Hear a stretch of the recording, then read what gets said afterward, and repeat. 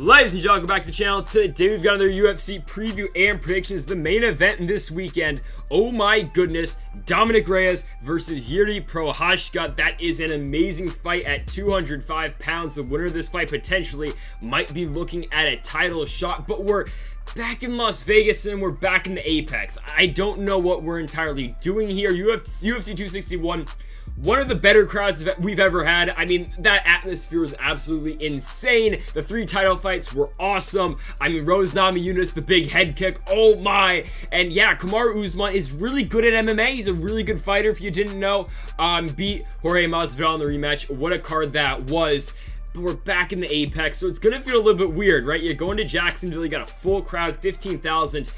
And now we have no crowd in Las Vegas. So there's that. And folks, if you have not yet, make sure to hit the subscribe button down below for more UFC here on the channel. So our first fight of the night here, first of 12 fights, is Luke Sanders taking on Felipe Colares. We're going to start first with the Brazilian and Felipe Colares. So his last fight was in Raleigh, North Carolina in January of 2020. He fought Montel Jackson, big underdog, for that fight, and he lost it. A really good fight though, unanimous decision win for Montel Jackson. Before that, Colares picked up his first one in the UFC over Domingo Pilarte, won that one by split decision, and then his first fight in the UFC was a loss to Geraldo de Freitas in 2019 over in Brazil on the Assunção Moraes 2 card, and that's been the UFC run so far for Felipe Colares. Currently 1-2 in the promotion. Obviously very good BJJ and jiu-jitsu out of Colares, and that's probably where he's going to want to take this fight. Luke Sanders, good stand-up fighter. Colares, very good on the ground. It's that simple. Don't want to call it a striker versus a grappler, but it kind of is. Colares, his best shot to win this one's going to be on the ground, and for Luke Sanders, it's going to be on the feet. Colares coming into this fight with a record of 9-2, fighting out of Team Nogueira over there in Rio de Janeiro, Brazil.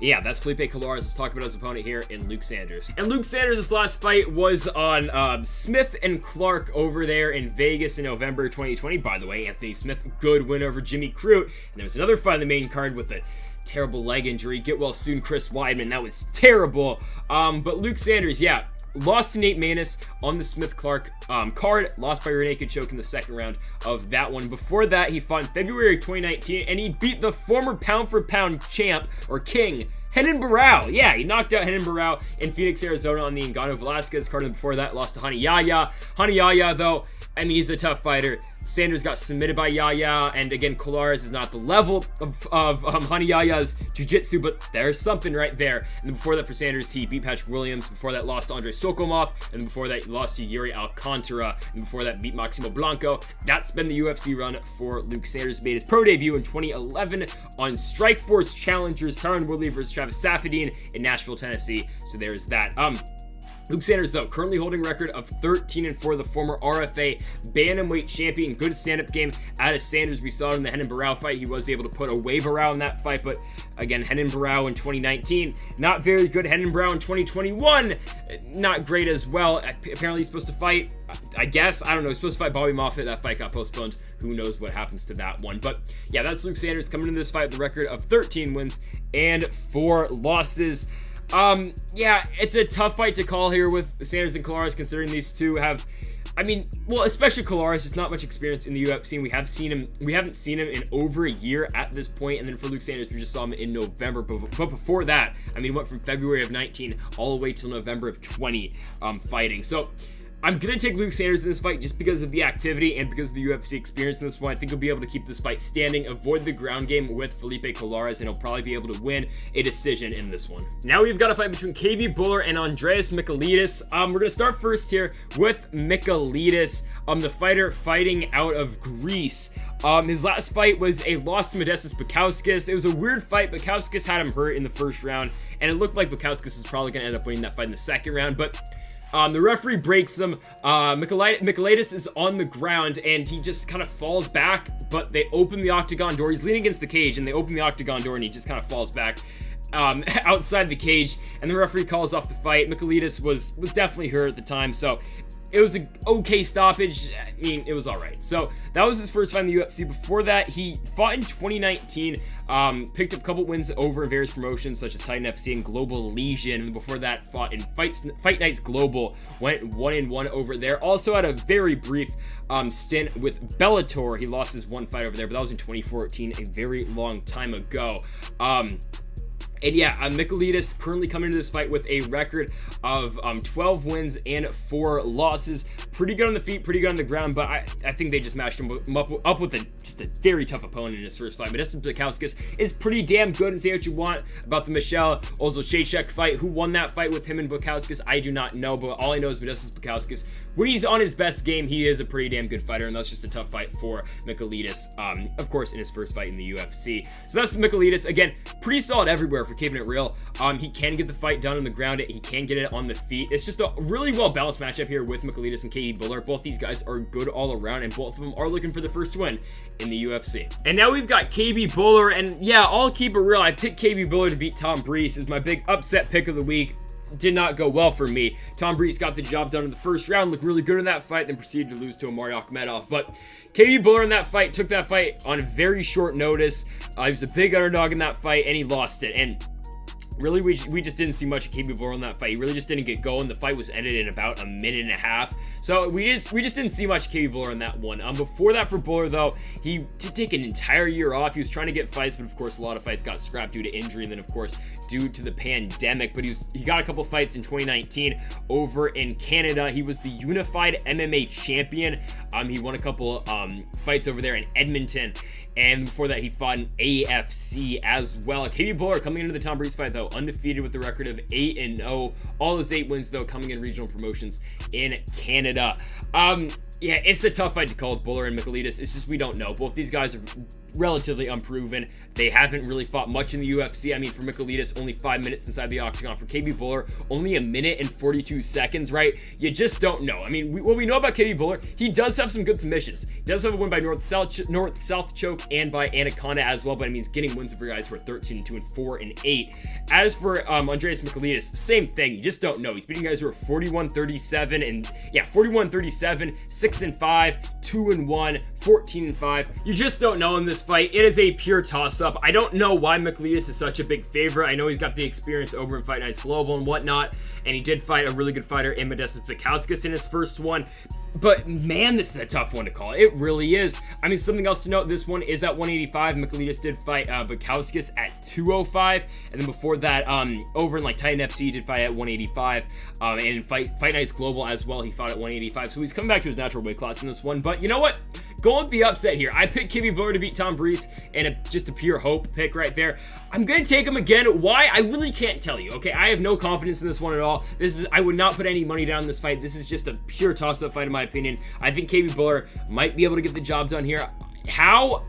I'll say it submits him. I think he might be able to get the submission here. I just don't know, though. Now we've got Sam Hughes taking on Loma Lookboonmee. We're going to start first with Loma Lookboonmee. So our last fight was a win over Jinyu Fry on Homan Aldana over in Abu Dhabi. Won that fight on the feet and on the ground. Looked very good on that one. Really just made it so Jinyu Fry cannot get any of her offense going in that one. And before that, Lookboonmee fought Angela Hill, lost that one by unanimous decision over in Auckland, New Zealand, and then got her UFC debut win in Singapore by split decision on the Maya Askren card. Ben Askren, of course, now a loser to Jake Paul, but still made $500,000 in that fight for taking one punch, so good for Ben Askren. Loma Lookboonmee, though, tremendous kickboxer, tremendous Muay Thai as well, former Muay Thai champion, just a very good fighter on the feet. Her ground game has evolved to the point where it's solid. Now against Sam Hughes, you do probably have to give the advantage on the ground to Hughes, considering how she is a very good ground fighter, but Lookboomee's kickboxing is going to be enough. I mean, in most fights, and her Muay Thai should be enough to win her fights. You saw that in the Jinyu Fry fight. Kept her distance in that one, looked very good, worked the body as well. If you want to look at the final scorecards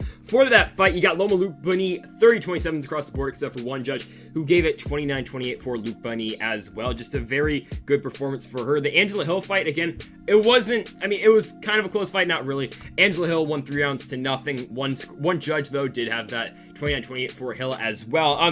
yeah, Loma Lookboonmee though, very good kickboxing, good Muay Thai. But let's talk about our opponent here in Sam Hughes. And Sam Hughes' UFC debut was very short notice. She took on Tecia Torres.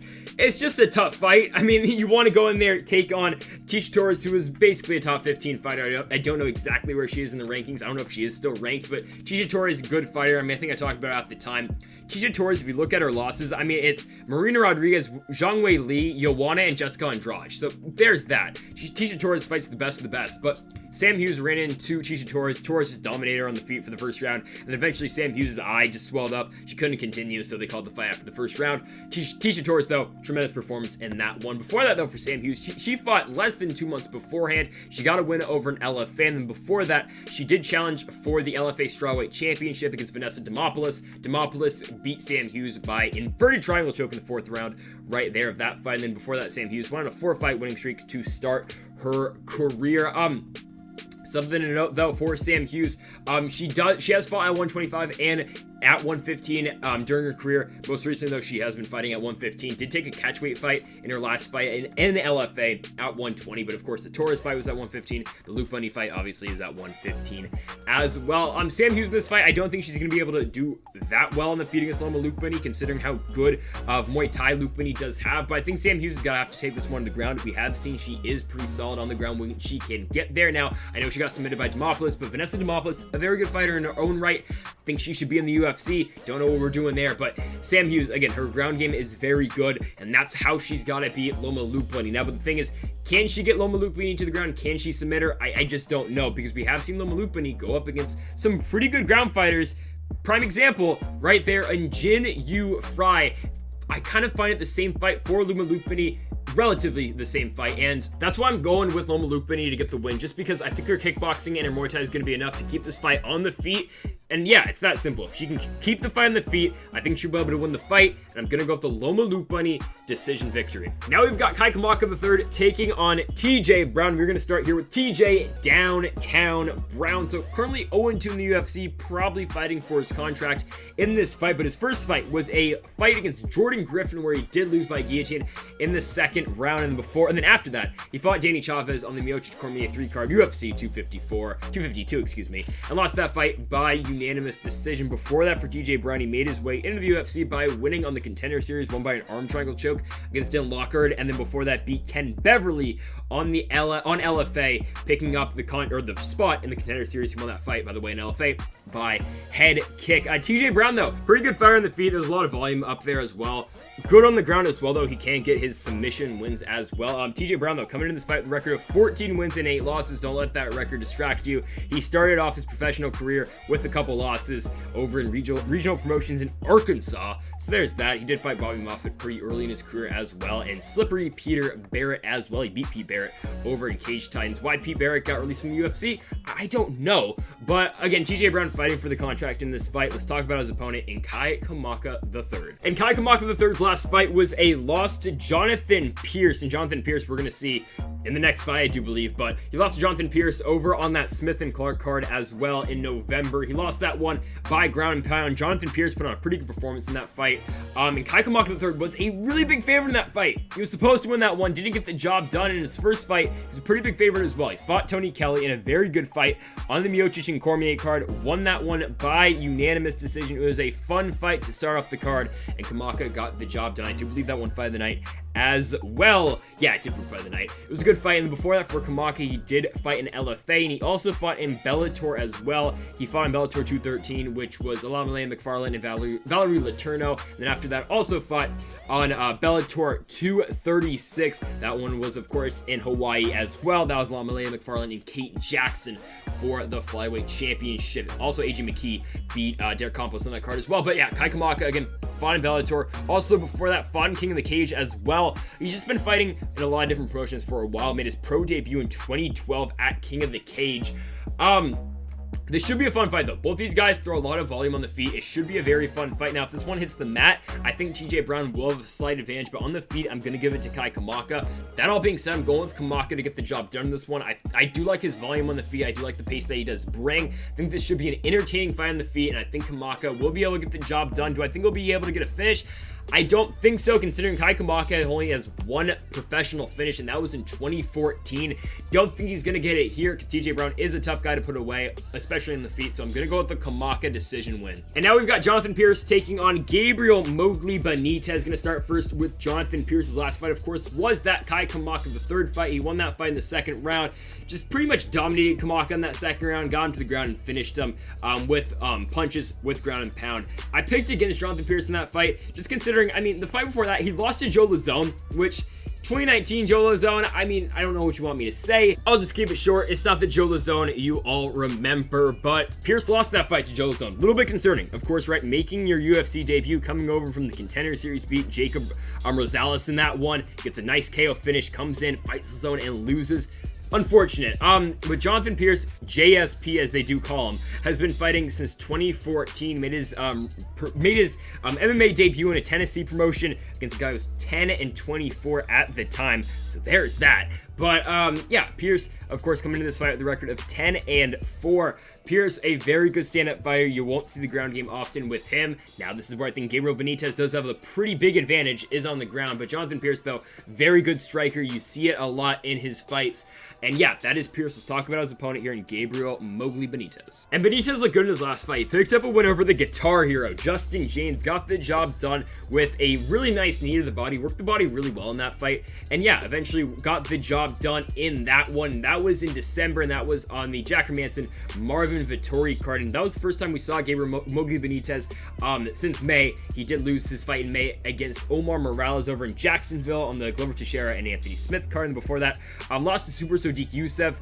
And then before that, got a couple wins. Lost to Enrique Barzola before that. Lost to Andre Fili. Beat Clay Collard, who is coming off a win over Anthony Pettis. Like, really? Okay, the PFL, look at that. Pettis did not look great at that fight, but if PFL had 5-round main events, Anthony Pettis would have won that fight in the 4th or 5th round. But hey, man, Clay Collard with a very good performance. But yeah, Gabriel Mowgli Benitez has been fighting for a while. Benitez made his professional debut in Mexico in 2007, so it's telling you a lot. He has been fighting for a very long time, fighting out of American Kickboxing Academy over there in San Jose, California.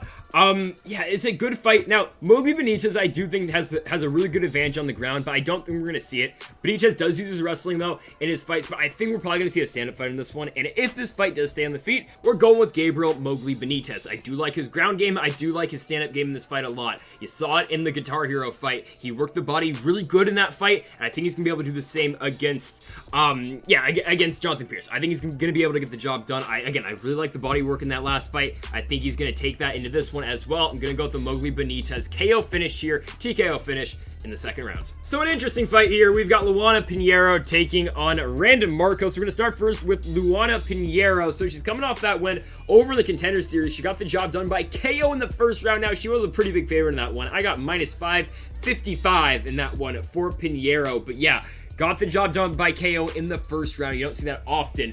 At 115, she got the job done pretty quickly. And then before that, she was fighting over in Brave. She was on a big 3-fight winning streak over there in Brave. And before that, had a couple wins over in a promotion in Brazil. Only one loss in the professional record for Pinheiro. It is a loss in 2017. It's a split decision loss against Chris McAfee. Probably got that one wrong, but it was in a regional promotion in Brazil. That is her only pro loss. In Pinheiro coming to this fight with a record of 8-1. Pinheiro's striking is good, and that's where I worry a little bit for Random Markos in this one, considering Random Markos' stand-up game isn't good. It's to the point where Random Markos wanted to take down Mackenzie Dern because she thought she had a better chance of winning the fight against Mackenzie Dern on the ground than on the feet, right? That's a little bit concerning. So I think for Luana Pinheiro here, you probably want to keep this fight on the feet, but the problem is Luana Pinheiro's grappling is good as well. She's got very good BJJ in her back pocket. It's a tough fight for Random Markos, and we'll talk about Random Markos in just a couple minutes here, but it's a must-win fight for Random Markos, and for Luana Pinheiro, it's her first fight in the UFC, and she's coming to this fight with a record of 8-1.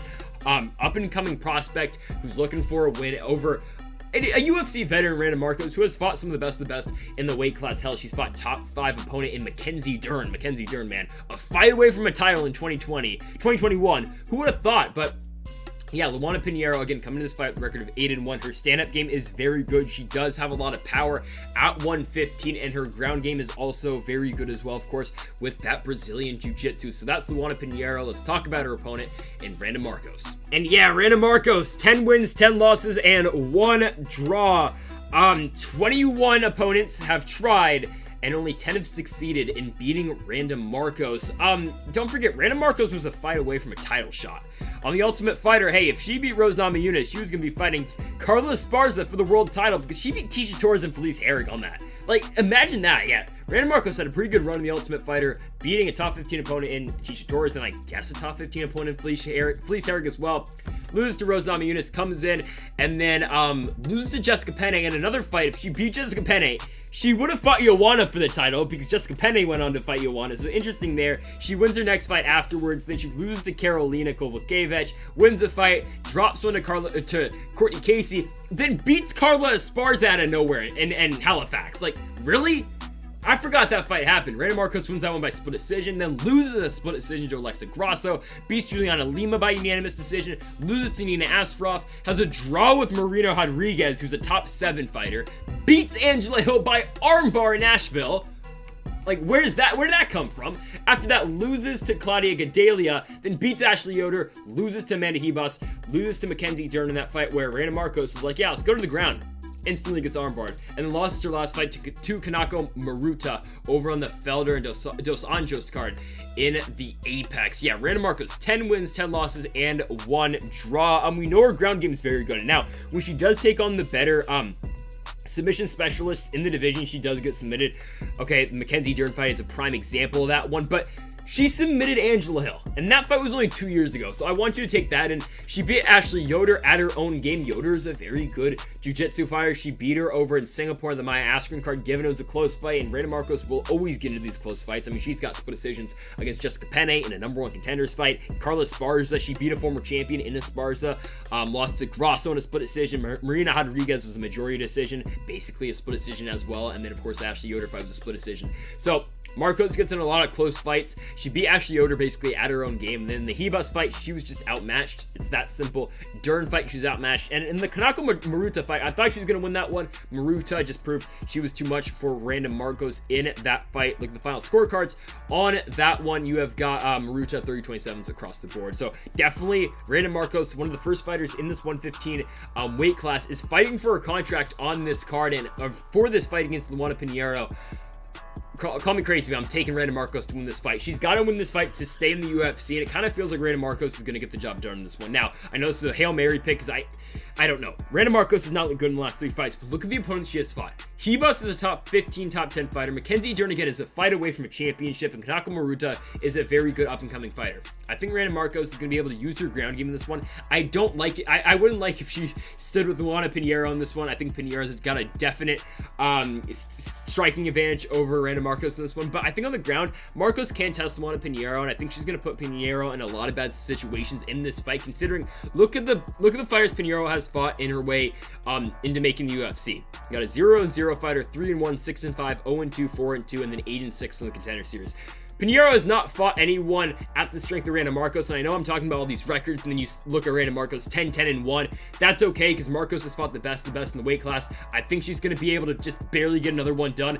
I'm going to go close fight, and in total Randa Markos fashion, I'm going with the split decision win. Now we've got Poliana Botelho taking on Luana Carolina. Going to start first with Luana Carolina. Her last fight, I mean, I think we've all seen it. It was one of the better submissions of the entire year. Ariane Lipski with a knee bar on Luana Carolina. Just insane. Really nice submission by Ariane Lipski in that one. Before that, for Luana Carolina, she beats the zombie girl in Priscila Cachoeira by unanimous decision over there in Rio de Janeiro, Brazil. Namajunas Andrade. And before that, she picked up a win over on the Contender Series in 2018. Carolina, man, 6-2 on the professional record. Those 2 losses come in her MMA debut, and then of course her last fight against Ariane Lipski. Luana Carolina, solid on the feet, solid on the ground, nothing really special for keeping it real. Again, the Lipski fight, she is known for that knee bar where she got knee barred, screamed because she got put in the knee bar. That looked very painful, but Lipski, very good performance in that one. Carolina did look good in the Priscilla Cachoeira fight, and yeah, Priscilla Cachoeira has not been great in the UFC, and if we're gonna keep it honest, I mean, hell, she won one fight. She beat Shanna Dobson, and she's gonna fight Gina Mazzani now. Like, okay, I guess we're gonna do that fight. But back to Luana Carolina, again, coming to this fight with a record of 6 wins and 2 losses, fighting out of Sao Paulo, Brazil, excuse me on that one. Again, 1-1 in the UFC with that win on the Contender Series by unanimous decision. Solid stand-up game for Carolina. Her ground game is not bad as well. Let's talk now about her opponent in Poliana Botelho. Okay, so Poliana Botelho, her last fight was a loss to Jillian Robertson where she just got dominated in that fight. Not what you wanted to see out of Poliana Botelho in that fight. Again, she was coming into that fight with a win over Lauren Mueller, so she's coming out on to a 1-fight winning streak. Lose to Jillian Robertson. She said in the press in the week, the press going up to that fight that, she was going to dominate Jillian Robertson on the ground. She wasn't impressed with Jillian Robertson's ground game. Well, she did not do well in that fight. Jillian Robertson ended up winning that one 29-28, 29-27, and another 29-27 on that one. And then before that for Botelho, again, the win over Mueller. Before that, got submitted by Cynthia Calvillo by rear naked choke. Before that, KO'd Siri Kondo, beat Pearl Gonzalez by unanimous decision, won that one in the feet. And then, that was promotional debut against Pearl Gonzalez. Botelho's got the advantage on the feet in this one. On the ground, it's a close fight, but on the feet, Botelho is definitely better than Luana Carolina. I do feel pretty confident in saying so. Now, against Jillian Robertson, again, bad stylistic matchup for Botelho, but can Luana Carolina do to Botelho what Jillian Robertson did to her? I don't think so. I think Botelho's gonna be able to keep this fight on the feet, and if she does, she's probably gonna win this fight. I'm really not sold on Luana Carolina right now. Now, if she beats Poliana Botelho, I will be, but looking at it right now, I like Poliana Botelho in this fight. Coming in this fight with a record of 8-3, I think she's going to be able to keep this fight on the feet, use her kickboxing, and if it goes to the ground, I do think it's a lot closer of a fight. Botelho, I do believe, blue belt and BJJ. Carolina's got some good BJJ as well, but I like this one in the feet for Botelho. I think that's where she's going to have the main advantage, and I think she's going to win this one by decision. Now, this is a good fight. Cody Stamann and Merab Dvalishvili, but I think this fight's going to be pretty one-sided, and we're going to know who's going to win this fight after the first round. I think the winner of the first round is going to win this fight, just because of how this fight works stylistically. Both these guys, very good wrestlers. I mean, Merab's tremendous wrestler, Cody Stamann, tremendous wrestler as well. You don't see a lot of action on the feet with these two guys. Now, Merab, we have seen it in the past, and he's not been great on the feet in the past, and I know he got that spinning back fist off against Rufy and Stotts, and we're going to talk about that when we talk about Merab, but yeah, I think we're going to see a ground fight in this one, and we're going to see who the better wrestler is, because yeah, I think it's going to be very one-sided one way or the other. Or we could see a scenario with Colby and Usman where these two guys just stand and trade for 15 minutes. Now, do I want to see a striking fight between Cody Stamann and Merab Dvalishvili? Maybe. I honestly think that would be pretty interesting. Actually, I kind of want to see that now, but I don't think that's the fight we are going to get. But now let's start with Cody Stamann. So his last fight was a loss to Jimmy Rivera on the Cater Ige card over in Fight Island. That was on the main card, and you got 29-28 across the board for Jimmy Rivera in that fight. Before that, for Cody Stamann, he beat Brian Kelleher by unanimous decision on UFC 250. And before that, had a fight against Song Yadong over in Washington, D.C. on the Overeem Rosenstrike card, where it was a close fight. I thought Cody Stamann won that one. They made it a draw. I don't know. Song Yadong got pretty lucky in that one if we're keeping it real with ourselves.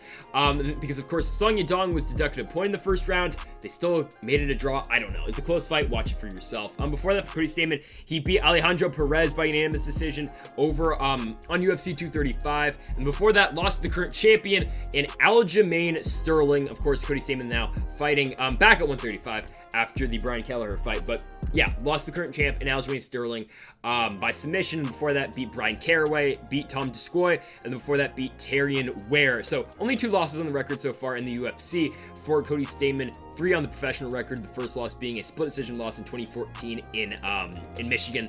Whatever, regional promotion, that does not matter. But yeah, Cody Stamann, tremendous wrestler. Everyone knows that. His boxing is okay, But of course, Cody Stamann is known for the wrestling, like in the Brian Kelleher fight, kept Kelleher on the ground, basically just grounded him for 3 rounds at UFC 250. The final scorecards in that fight, you've got 30-27s across the board. Cody Stamann, usually his fights, it's either he's really dominant or he's gonna lose the fight. Aljamain Sterling, Jimmy Rivera are my 2 main examples. Now, the Song Yadong fight goes against that point because Song Yadong did fight Cody Stamann pretty competitively, but again, I thought Stamann probably got the edge in that one. It was a draw. And the Alejandro Perez fight, Cody Stamann, you got 29-28s, and you got 130-27 as well. Pretty dominant effort for Stamann. But Merab Dvalishvili might be the best wrestler he has seen other than Aljamain Sterling. But Merab, again, very good on the ground and very active on the ground. A lot of cardio down there, and Merab just such a tough matchup for anyone, really, in the top 10. So that's Cody Stamann. Let's talk about his opponent, and Merab Dvalishvili. And Merab's last fight, yeah, against John Dodson, complete domination, UFC 252. The fight was really one-sided. There's not much to say, just constant pressure on the ground by Merab, using his wrestling all the damn time. John Dodson just couldn't get going in that one. Merab won that one 30-27s across the board. Before that, beat Gustavo Lopez. It was a short notice fight for Gustavo Lopez. You got 30-26, 30-26, 30-25 in that one from Merab. Pretty dominant, if I do say so myself. Before that, beat Casey Kenny, which is a very tough task to do. You saw Casey Kenny have a split decision with Dominic Cruz, and in that fight, Merab Dvalishvili, yeah, you got a 30-27, a 30-25, and a 29-28. But that's against Casey Kenny, a very good fighter, potentially top 15 in the weight class. Before that, from Merab, beats Brad Katoni, unanimous decision, pretty dominant. And before that, beats Tyrion Ware, unanimous decision as well. I've talked about the Ricky Simón fight multiple times. Was Merab out? Was he not? I don't know. But he lost to Ricky Simón over there in Atlantic City. Really good fight, though, by the way. And before that, loses his UFC debut to Frankie Saenz. Merab Dvalishvili, though, coming into this fight with a record of 12-4, fighting out of Serra Longo over there in Long Island, New York, training partners such as Raging Ally Quinta and the champion in Aljamain Funkmaster Sterling. Now, Aljo just underwent neck surgery, so who knows how the training went that time. But yeah, Merab and Aljo usually are training partners up there in Long Island. Now, we won't hear the Come On Merab by Matt Serra, because I do believe Serra isn't cornering anyone right now, so that's unfortunate. But all right, as for prediction this one, though, this should be a good fight. Well, no, not really. I think the winner of this fight is going to dominate. I think it's going to be one way or the other. It's either Merab dominates or Cody dominates on the ground. I like Merab Dvalishvili. I really do. And now, one thing I do want to mention real quick, though. Merab Dvalishvili will always throw, and I will say this every time he fights, he will always throw that spinning back fist just because he landed one on Rufian Stotts. He's always going to throw that one.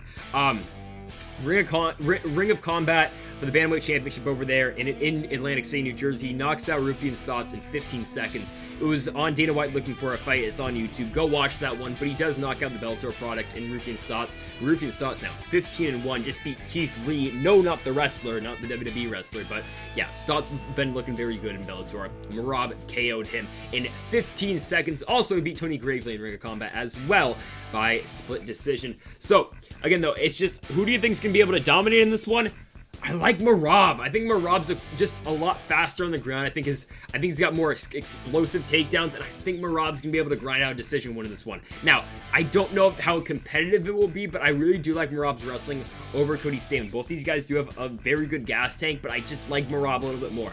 And now, on the feet, if this fight does stay standing, I like Merab Dvalishvili as well. Now, I do underrate Cody Stamann's stand-up game a lot. I just don't think it's that great. It could be, but what we've seen so far in the UFC, Cody Stamann's boxing has not been incredible. Merab Dvalishvili, as it's not technical, he just throws a lot of strikes out there and just hopes something lands, i.e. the spinning back fist that he will always throw in basically every one of his fights.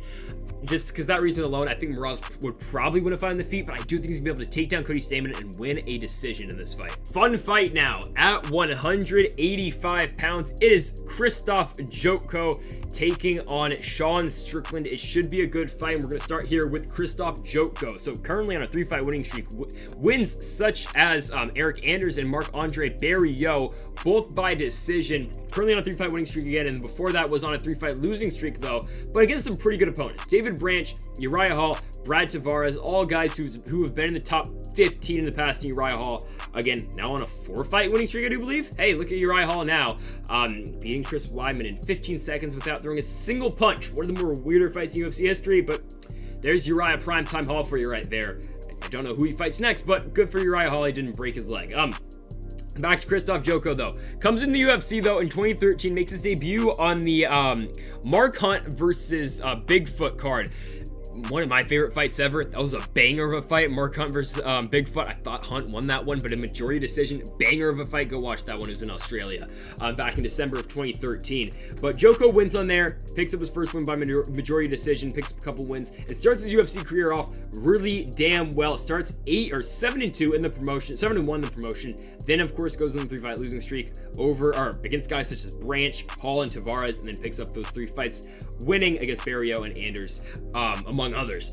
Krzysztof Jotko though, tremendous striking. You're not going to see him on the ground often. I mean, that's just that simple. Jotko wants to strike with you. Sean Strickland wants to strike with you as well. This is going to be a stand-up fight, and it's going to be pretty fun. Both these guys are going to throw, and it's going to be...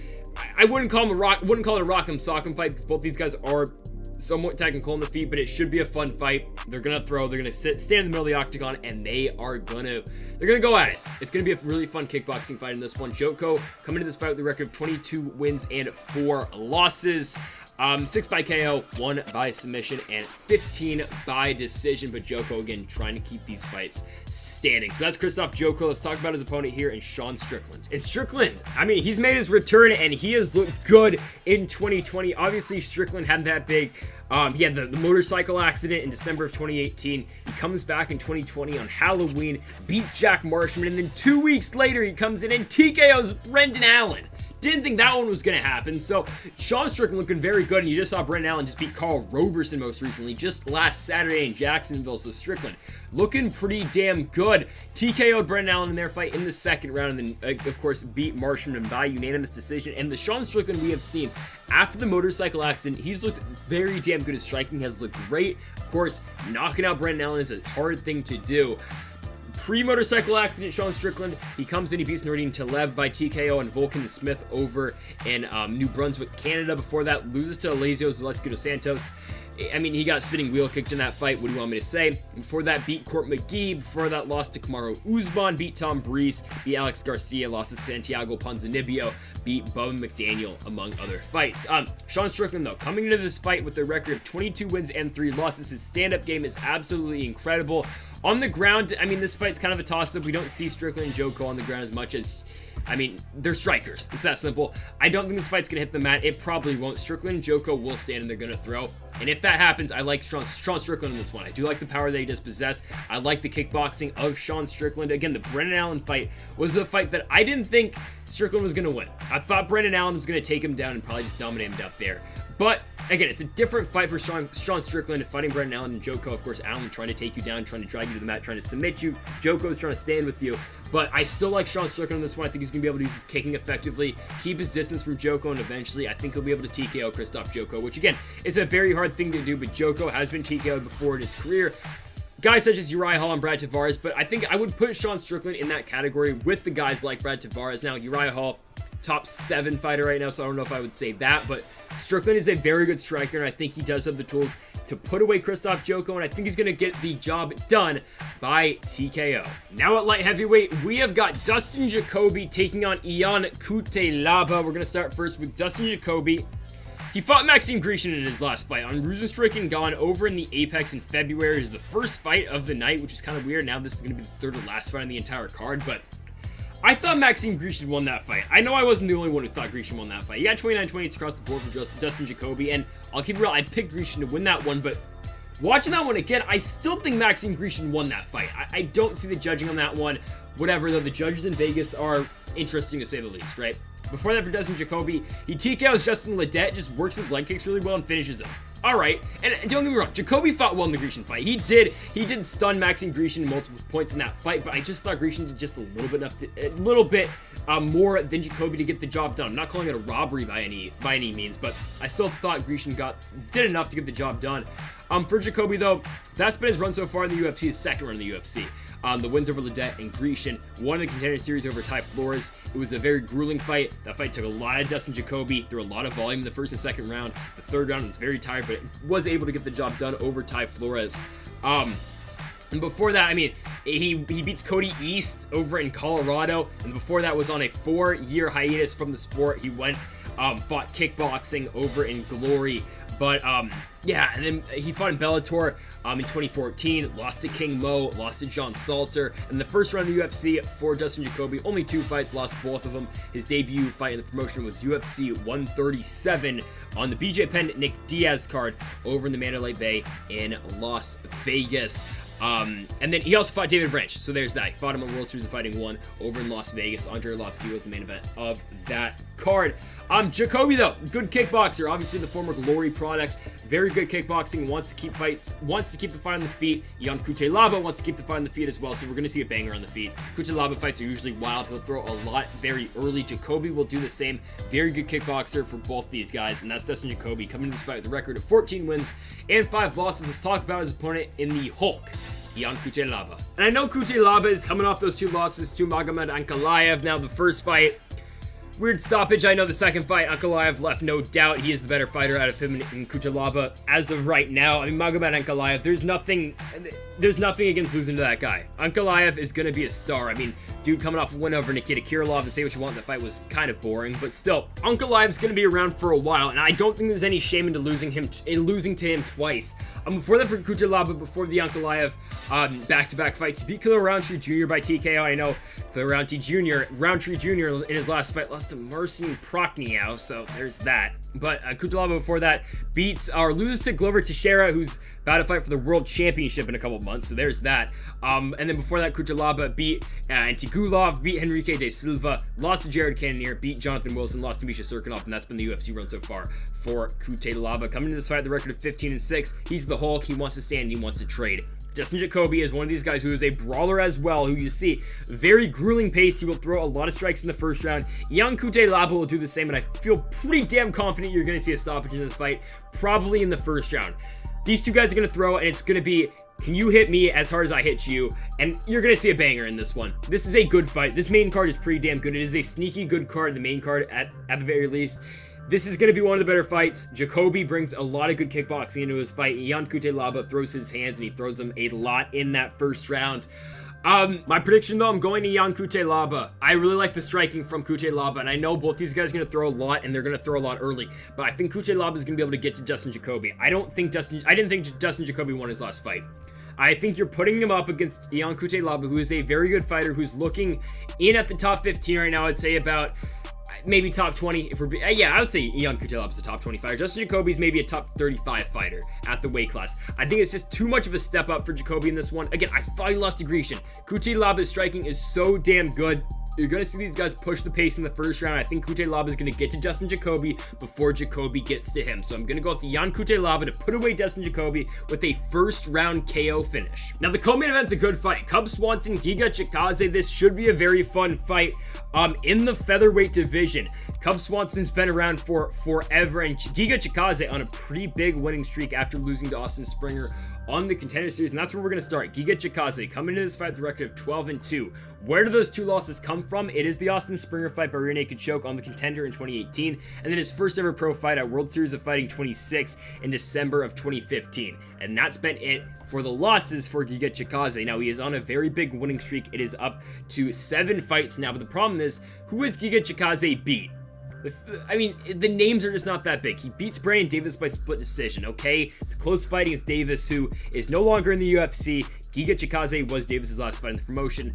After that, he beats Jamal Emmers. Okay, Jamal Emmers is a solid fighter, but he barely wins that one by split decision. After that, he beats Erwin Rivera. Erwin Rivera just did some stuff off of the or out of the cage. I don't know what happened there. I'm not going to get into that. You can look that one up if you want. But Chikadze beats Erwin Rivera by unanimous decision.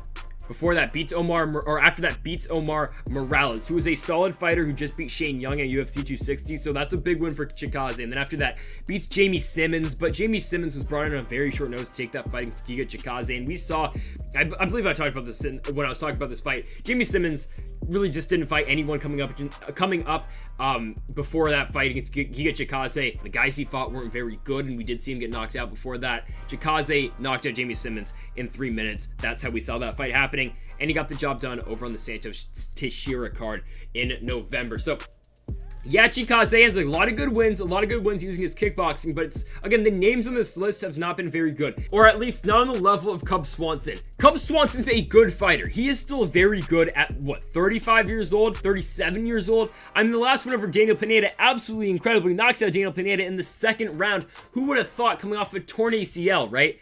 Don't underestimate Cub Swanson in this fight. I do believe Chikadze is a favorite in this one.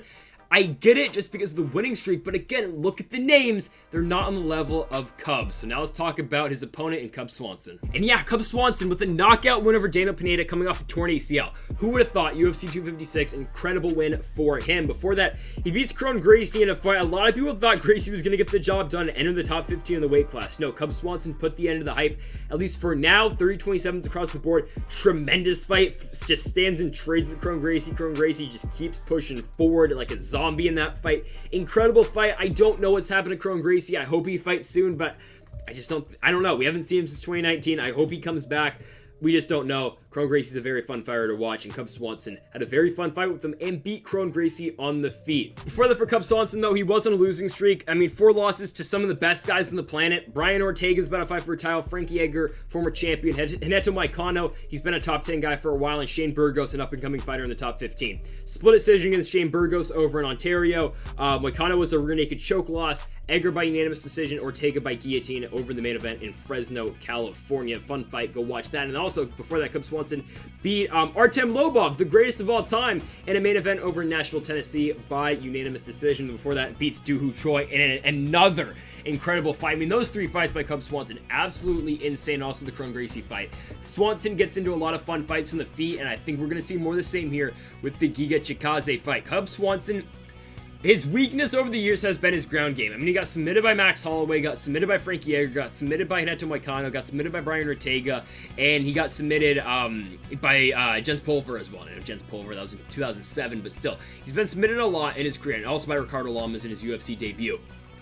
Now, that's why a lot of people thought Kron Gracie was going to have the edge on Cub Swanson, just because of the jiu-jitsu. Well, Cub Swanson did put an end to that. I mean, did stuff a couple takedowns from Kron Gracie and looked good on the feet. So there is no, I don't think Giga Chikadze is going to come in there and try to submit Cub Swanson. Yes, he does possess a ground game, but it's not to the point where he's going to just go in there and that's going to be his primary focus against Cub Swanson.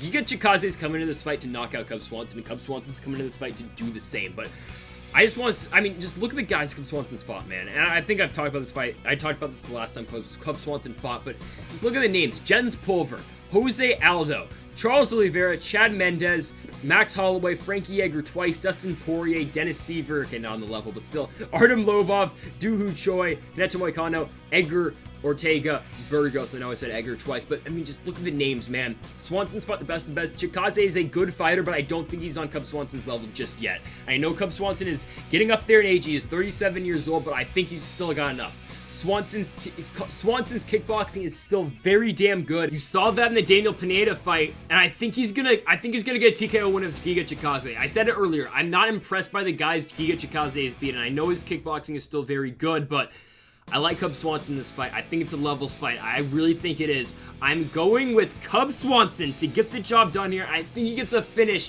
of Giga Chikadze early in the 3rd round. We're going with Cub to get yet another win in the UFC. And it is time. It is time for the main event of the evening. We have got Dominic Reyes coming back after losing 2 straight title fights, taking on the man himself, Jiří Prochazka, the former Rizin World Champion, the former Rizin Light Heavyweight Champion.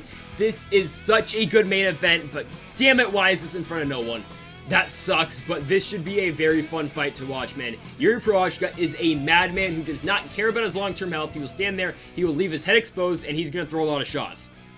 Considering he's fighting Dominic Reyes, but the power Jiří Prochazka does possess is absolutely insane. You saw that in the fight against Volkan Oezdemir, so we will see. Starting with Jiří Prochazka, again, the Volkan Oezdemir fight. Insane. I just rewatched that just earlier today. Incredible fights. I mean, Jiří Prochazka just stands there, again, he has his hands on his wrist, just kind of standing there. And this is what he does in all of his fights, though. It's just not in the Vulcan fight. He does this in all of his fights over in Rising. You saw in the CB Dollaway fight when he put on an absolute beating of CB Dollaway, and also in the Fabio Maldonado fight in the minute that fight did last. But Prochazka, hands down the entire time, basically taunting Volkan Oezdemir to hit him. Oezdemir does it, and it's concerning considering Yuri Prochazka does go down the first round. Volkan does knock him down early in that first round, but Prochazka does come back and eventually put on the beatdown of Volkan Oezdemir. But it was a very close fight, don't get me wrong, for this. About, what was it, 6 minutes the fight did last. Prochazka does land a very nice leg kick, though, or not, head kick, sorry, against Volkan Oezdemir in that second round, and that spelled the beginning and the end for Volkan in that fight. But Volkan Oezdemir is such a good fighter, and for Yuri Prochazka to come in there in his UFC debut and put away Volkan, absolutely insane. But the man is, like, absolutely crazy. Prochazka does not give a single damn. I mean, that dude, again, stand there in the middle of the octagon, and he will trade, and he will taunt a lot, and that is a little bit concerning because he's fighting Dominic Reyes, who's got a lot of power. And the last time Dominic Reyes was fighting an opponent that was taunting him, very obviously taunting him, Dominic Reyes put him away in 29 seconds, I do believe. Or, yeah, it was a very, very short fight. I think it was an LFA fight, or it was 53 seconds. I'm not sure. It was one of his fights before the UFC. And Dominic Reyes is fighting an opponent that's taunting him the entire time, and Reyes just puts him down with one punch. But, yeah, I think it was 27 seconds. I think it was from the Hoosier Fight Club in Michigan City, Indiana, if I'm not mistaken. But, yeah, Prochazka, though. Dude's just crazy. And we saw this in the Ryzen fights as well. You saw in the Dollaway fight. I mean, dude just didn't care. Just went in there, hands down, and just absolutely scorched CB Dollaway in that fight. That fight should not have been sanctioned. Saw that in the King Mo fight as well. In the second King Mo fight, obviously the first King Mo fight, he did lose by KO. But Prochazka, and if you're concerned about how Prochazka will fight in a 25-minute fight, I mean, dude's been fighting in Ryzen. The rounds there are, I mean, it's the old Pride rules. The dude's used to fighting long fights. I wouldn't be concerned about Yuri Prochazka's cardio at all in this one. Now, Prochazka doesn't work the body as much as a guy such as Jan Blachowicz. He does a little bit, but Blachowicz works the body a lot. And you saw that in the Dominic Reyes fight. That's how Jan Blachowicz won the Dominic Reyes fight. Worked the body really well, and eventually Dominic Reyes pulled his hands down, and eventually Blachowicz split him, and just an amazing punch by Jan Blachowicz in the Dominic Reyes fight at UFC 253. Yuri Prochazka is not going to use that same game plan though. He's just going to go in there. He's going to put his hands down. He's just going to throw. I mean, there's no other way I can put it. Yuri Prochazka does not care. He's going to go in there and he's going to try to knock out Dominic Reyes in the first round. Now he has a very good chance of doing so, but the problem is Dominic Reyes can knock out Yuri Prochazka as well. But if you're looking at a pure power standpoint, Dominic Reyes versus Volkan Oezdemir, about on the same level. I know those two guys did fight, and I thought Volkan Oezdemir won that fight. They gave a split decision win to Dominic Reyes over in London, England, but that was a close fight long time ago. But Dominic Reyes versus Volkan Oezdemir, power-wise, it's very close. And Volkan Oezdemir, you might make the case that Volkan Oezdemir does have more power than Dominic Reyes. So it's a very close fight, man. It is a very close fight because we know how good Dominic Reyes is. We know how good Yuri Prochazka is against a guy like Volkan Oezdemir, but against a guy like Dominic Reyes, who's going to stand on the outside, and he's going to piece you together. How will Prochazka fare? And especially against a guy like Dominic Reyes, who will throw a lot of leg kicks and try to stop the movement of Prochazka. Again, Yuri Prochazka coming in this fight with a record of 27 wins, 3 losses, and 1 draw. You will not see this fight hit the mat. I can guarantee you that. Prochazka with 24 wins by KO in his career. That's the former Ryzen champ from the Czech Republic, but now let's talk about Dominic Reyes, the former uncrowned champion, as I guess we'll call him here. I mean, a lot of people thought he beat John Jones. Personally, I did not think he beat Jones. It was a close fight, but I thought Jones won. But yeah, I mean, Dominic Reyes, the last fight against Jan Blachowicz, it was set up for Dominic Reyes to win that fight. I mean, I think we all thought in the weeks leading up to that one, Reyes is going to come in here. He's probably going to knock out Jan Blachowicz, or he's going to beat him by decision. Didn't happen. I'll be the first to admit I picked Dominic Reyes to beat Jan Blachowicz. Blachowicz has proved us all wrong. He beat Israel Adesanya. I picked against him in that fight as well. He's going to fight Glover Teixeira, and who knows? We might make it 3 picking against Jan Blachowicz. But Dominic Reyes, again, in that Blachowicz fight, did not look very good. He just couldn't get started because of how good Jan Blachowicz worked the body. I mean, you saw that big well on Dominic Reyes' side. It was just red. You saw it. It was tough for Dominic Reyes, and Blachowicz eventually TKOs him. In the John Jones fight, there's not much to say, just considering it's John Jones, and you're not going to see that style anywhere else. And yes, Yuri Prochazka is a very tall fighter, and he does have a very long reach, but no one fights the way John Jones does, and always in a John Jones fight, there is the possibility of a takedown. Yuri Prochazka is not going to be taking down Dominic Reyes, so there is really no comparison in that fight. And I just want to bring up a quick point if we're talking about how styles make fights. This is the example I will use. So Jorge Masvidal getting knocked out by Kamaru Usman. Okay, Jorge Masvidal's the better boxer out the two, right? But there's always the threat of the takedown. If Kamaru Usman, again, took down Jorge Masvidal in the first round, the second round, Masvidal's waiting for the takedown, always keeping his hands a little bit lower than they should. And yes, he shouldn't have been showboating the entire time, 10 seconds before he got KO'd. But that's how Usman knocked him out, and that's the same example I will use in the Conor McGregor and Khabib Nurmagomedov fight. All right, Khabib knocks down Conor in that fight because Conor has his hands low, waiting for a takedown, always thinking that he's going to get taken down. And of course, Khabib gets him with the right and puts him down, right? So there is no threat of a takedown in this fight for Dominic Reyes, considering the Jon Jones fight. So that's why I would not make a comparison at all between the Yuri Prochazka and Jon Jones fights for Dominic Reyes. I know people will make the comparison just because of how they are both built. Prochazka, very tall fighter, same with Jon Jones with a long reach. I don't see it at all. It's just such a different fight. If you want to look at Dominic Reyes, though, against the primary wrestler, you got to look at the Chris Weidman fight. And yes, Chris Weidman gets finished in about a minute in that one. Yeah, Chris Weidman at 205, that experiment did not end well. Reyes gets the job done over in Boston. Before that, the Volkan-Oezdemir fight, talked about it a little bit earlier. I thought Volkan won that one. It was a close fight. It wasn't the most eventful fight, but Dominic Reyes got the split decision nod in that one. Before that, unanimous decision win over OSP. Before that, beats Jared Cannonier by TKO. Good performance looking back at it now in Santiago, Chile on the Maya Usman card. Before that, picks up 2 wins to start off his UFC career. Dominic Reyes 12-2 so far on the career. Good kickboxing out of Dominic Reyes, and this is going to be a kickboxing fight. Again, I don't see this one hitting the mat. I just don't think it will. Dominic Reyes does have some good submissions, but a second win in the UFC was by submission. You're just not going to see it in this one. These two will stand. And I just don't know how this one's going to go, just because Yuri Prochazka fights are so unpredictable. And again, if Yuri Prochazka keeps his hands down the entire time, and if he plays around with Dominic Reyes will catch you, and Dominic Reyes will probably put you out.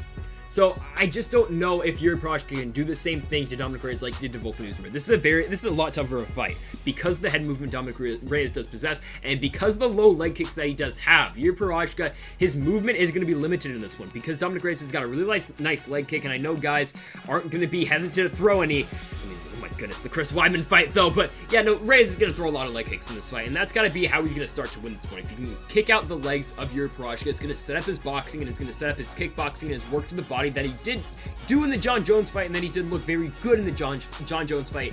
But all that being said, I'm going Yuri Prochazka, and this is why. Prochazka's power is just different. That dude's power is absolutely insane. His head kicks, you saw that in the Volkan fight. He is so unpredictable on what he is going to throw, and it's such a different matchup than any other guy you're going to see at the weight class. You cannot get training partners, you cannot get sparring partners that are going to imitate what Yuri Prochazka is going to do in a fight. The dude is crazy. I don't think Yuri Prochazka knows what he's going to do in this fight, but I'm going to tell you this. He's going to get the job done. The power that Prochazka has is enough to beat Dominic Reyes in this fight. And it's not because Dominic Reyes is on that 2-fight losing streak. I mean, he's lost the 2 best light heavyweights in the last 4 years, or last 5 years. Okay, DC not included, but he lost to Jon Jones and Jan Blachowicz. So Dominic Reyes is not a bad fighter by any means, but Yuri Prochazka is that good. And I like Yuri Prochazka to win this fight. I like him to take on the winner of Glover Teixeira and Jan Blachowicz. That probably won't happen because they're probably going to have him fight Rakic. The winner of this fight probably will fight Rakic for the number 1 contendership. But I like Prochazka in this fight, man. I'm telling you, the power is going to be enough. And I know Dominic Reyes, he's got some good striking as well. But I think Prochazka, just unpredictability of this man is going to be enough. He's going to use a lot of his power in this one. And I think he's going to get Dominic Reyes out there in the first round. I think it's going to be a statement win for Prochazka, man. I am that high in Yuri Prochazka. Coming out of Ryzen, I know the wins over from Maldonado, King Mo, and Dalloway all look great. Same with the Oezdemir fight. I think we're going to see more of the same here in his first ever UFC main event, and I don't think we're going to need 5 rounds. I don't think we're going to need anything close to it.